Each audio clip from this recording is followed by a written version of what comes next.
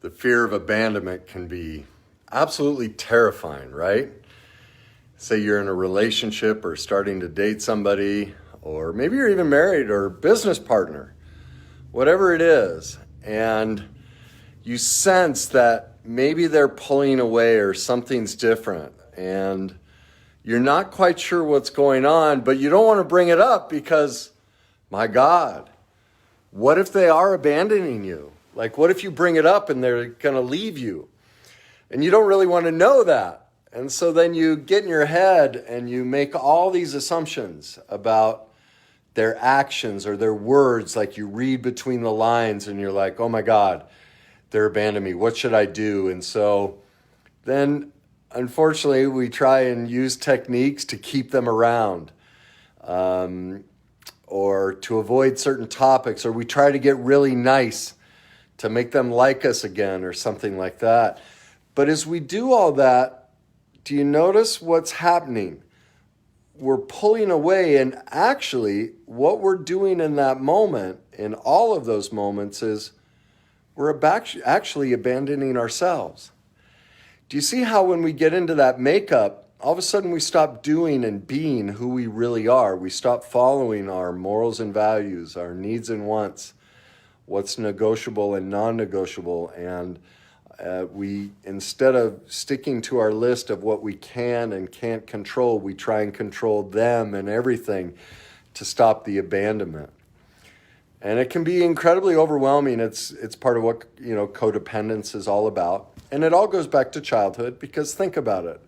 In those moments when our parents were perfectly imperfect and they couldn't be there for us, like if your parents were divorced, which God is almost everybody now, you experienced abandonment. Even if your parents adored the hell out of you, well, now there's two homes. One parent isn't there, and you don't want to experience that emptiness and loneliness again. But like I said, the difficulty is when we don't ask for information, we actually start pursuing thoughts and behaviors that have us abandoning ourselves. We actually guarantee the abandonment. You see how it boomerangs back and backfires on us. So the first thing to overcome this, and this can be difficult, again, because of childhood, I'll get into that in a second, is the first thing to do is ask for more information. Get out of, it's called making up. I'm making up what the other person is thinking and doing. So get out of the makeup, throw away everything, all how you're reading between the lines and how you know you're right, and this is what they're doing.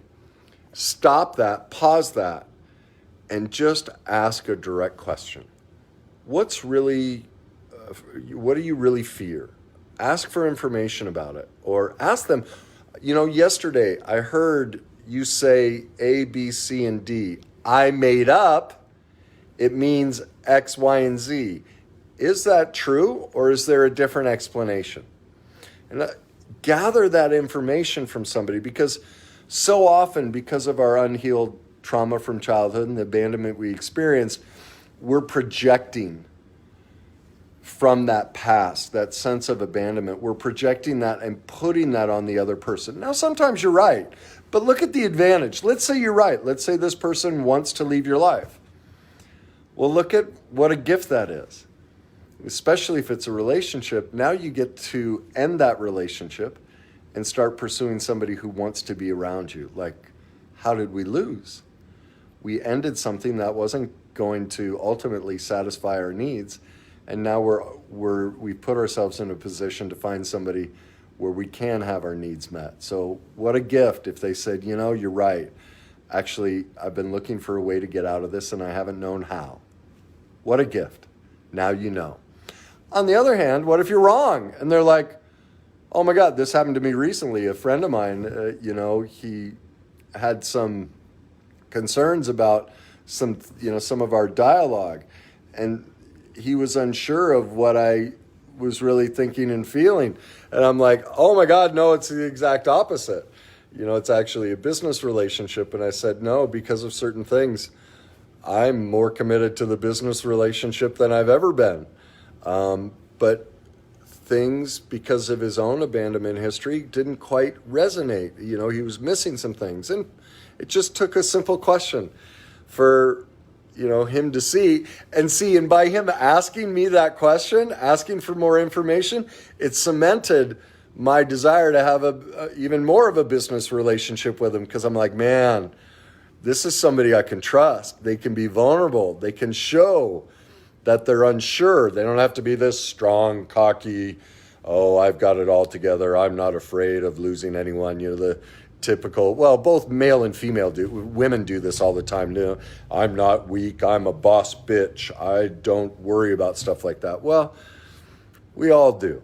And so that false persona of I never feel weak or insecure doesn't grow a relationship, it ends a relationship. So that's the first thing to remember, is ask for more information. Recognize that more often than not, you're projecting your own past abandonment from childhood onto the other person. So get some clarity. And here's the second key. This is incredibly important. Whenever you ask for information or ask for something, it's not important that you get what you want.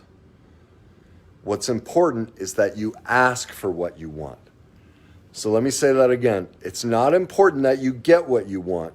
What's important is that you ask for what you want.